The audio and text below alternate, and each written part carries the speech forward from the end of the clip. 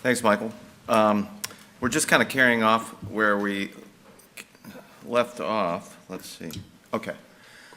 There have been so many different regimens described for treatment of prosthetic valves. Warfarin, aspirin, ticlopidine, NOACs, and it's kind of left out in the air. What are we supposed to do?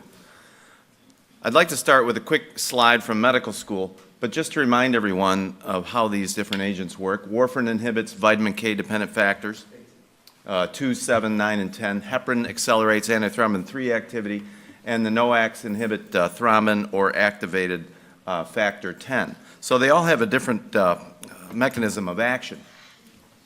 And why warfarin in the first place with biologic valves? It was Ionescu who published a paper back in 1982 suggesting that if you gave oral anticoagulation during the first 3 months, you could decrease the risk of stroke from 6% down to 0%. Now, of course, 75% of the patients in his series were in atrial fibrillation, and we all know that patients with atrial fibrillation can have stroke regardless of whether or not they're on anticoagulation.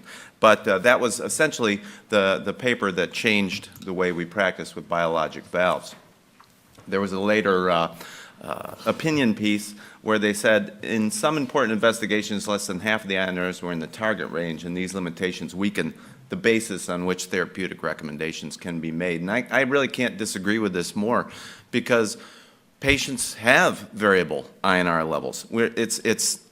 That's just the reality of the situation. If we're looking at only patients that have a tight INR, then we're not looking at the majority of the population.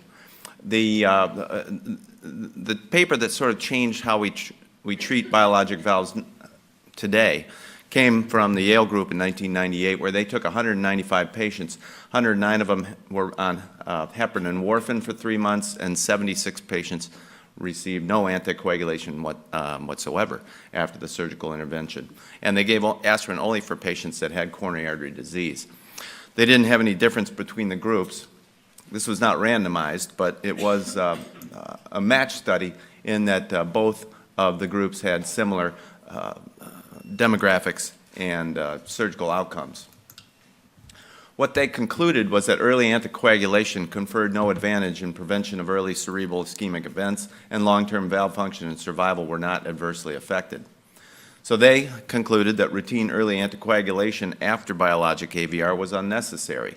That was essentially the first study in the recent times to suggest that.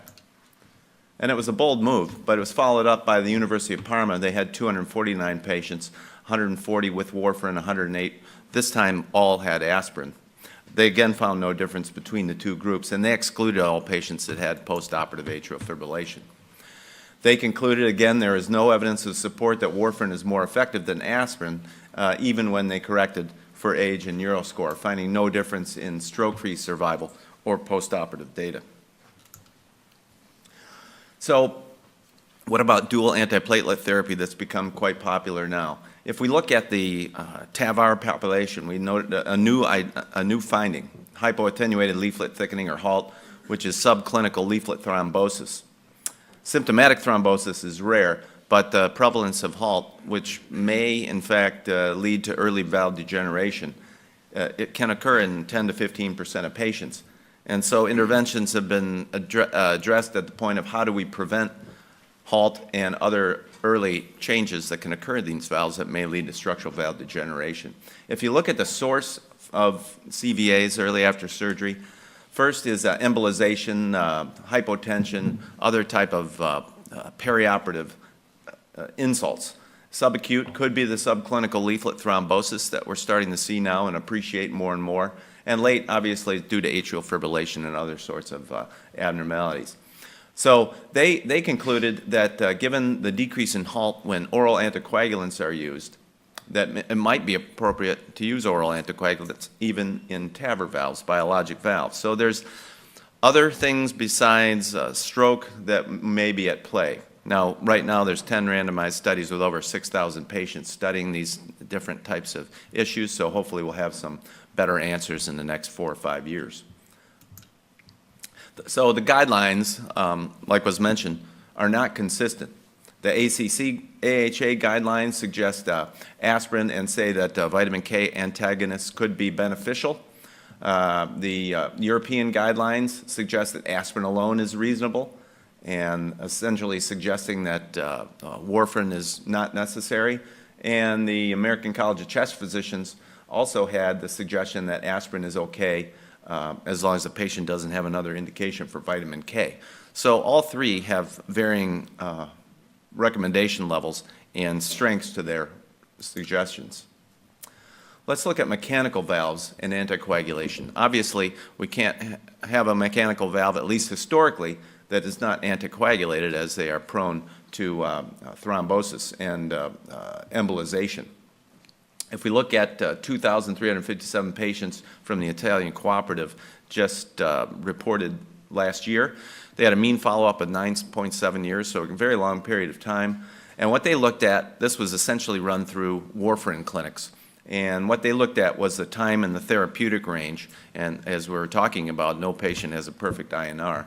They found the optimal, or what their goal was to have patients in the therapeutic range 65 to 70% of the time.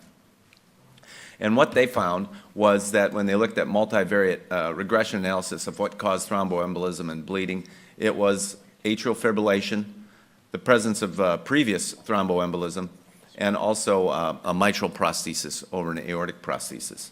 47% of the patients were in the therapeutic range 47% of the time, so much less than the ideal, but they did not find that it was associated with an increased thromboembolism rate.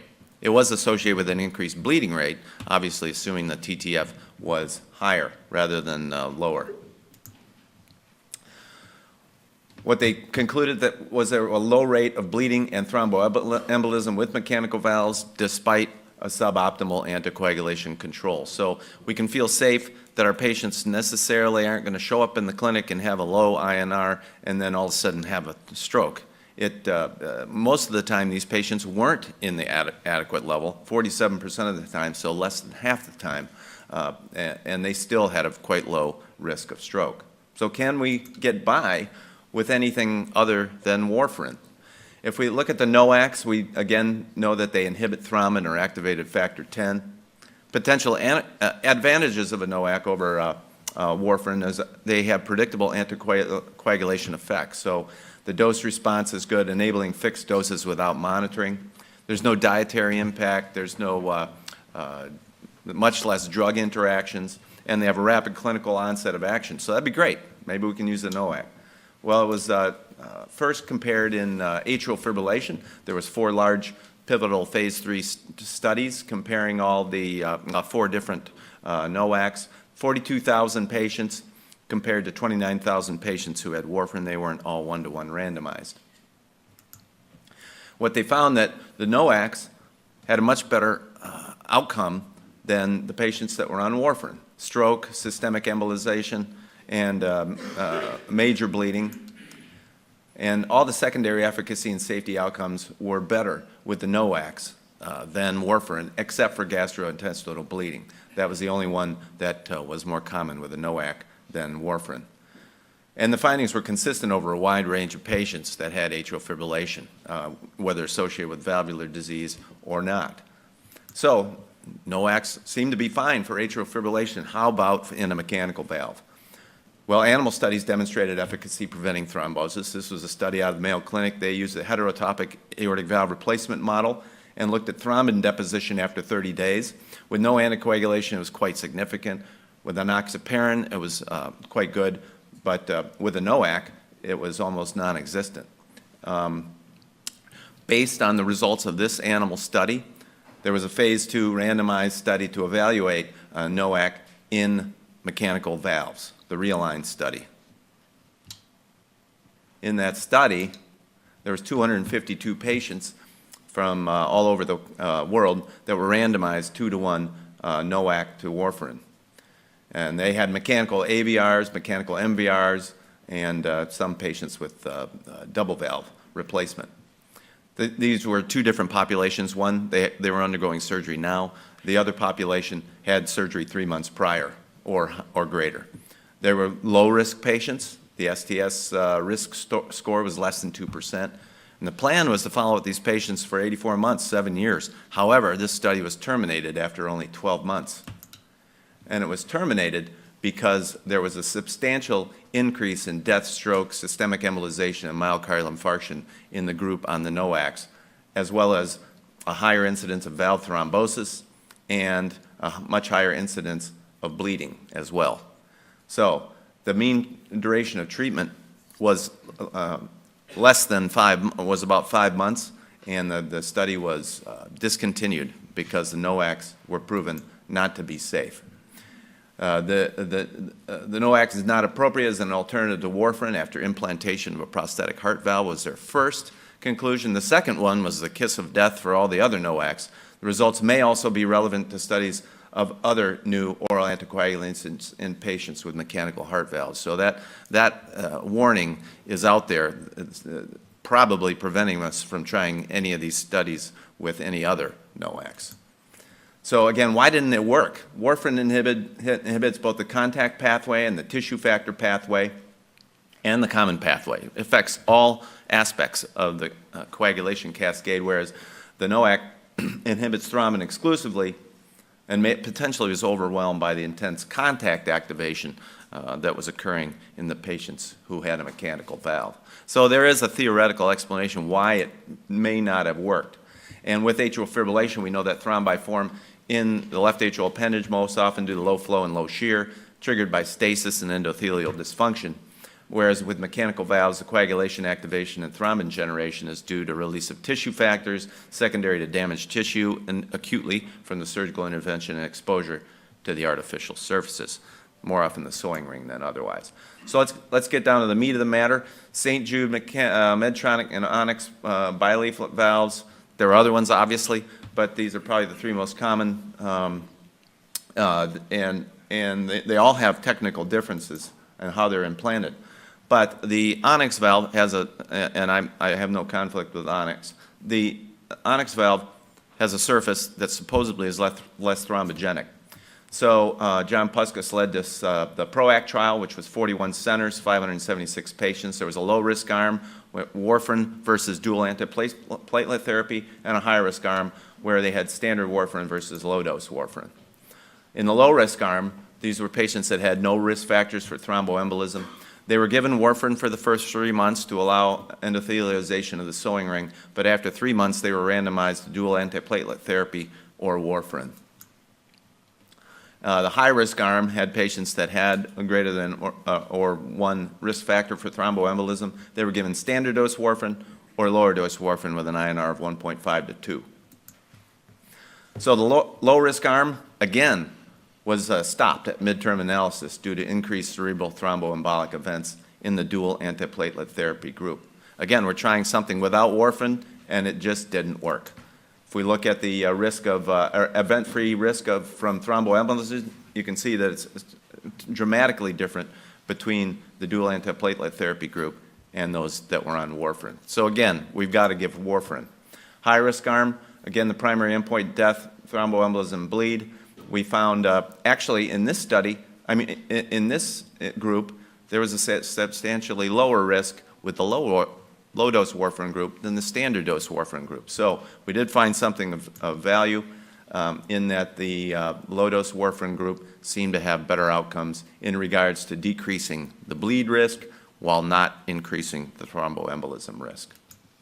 And the crossover point where the risk of bleeding crossed the risk of thromboembolism occurred at 1.5 to 2, an INR of 1.5 to 2.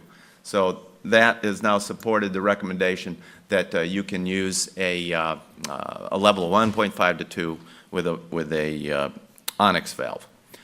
So I'm going to finish up with just a quick bit on renal failure patients. We just recently reported 423 renal failure patients and looked at their outcomes, poor outcomes with 10-year survivals of only 13%, 20% with mechanical valve versus 5 with biologic. However, when you looked at what univariate predictors were, it was age, obviously, New York Heart Association class, and diabetes again. And once you match for those, there's no difference in survival in mechanical or biologic valves. it was not dependent on valve selection. One important thing is if you compare a 30-year-old patient with no diabetes, heart association class 1 or 2 versus a 70-year-old diabetic with a 3 or 4 class, both with renal failure, there is a substantial difference, and that might be the one group whose survival is over 50% and may warrant a mechanical valve. So with a biologic AVR and sinus rhythm, aspirin is probably sufficient. High risk for thromboembolism. If, then give warfarin. Biologic MVR, I think warfarin is reasonable for 3 months, and that was Ionescu's data that suggested that, but aspirin is probably okay if the bleeding risk is high. With a mechanical valve, standard bileaflet valve should have standard levels of INR. Onyx valve can be a little bit less and add in aspirin. And finally, the mechanical MVR, we still are at an INR range of 2.5 to 3.5, either with or without aspirin. So thank you very much.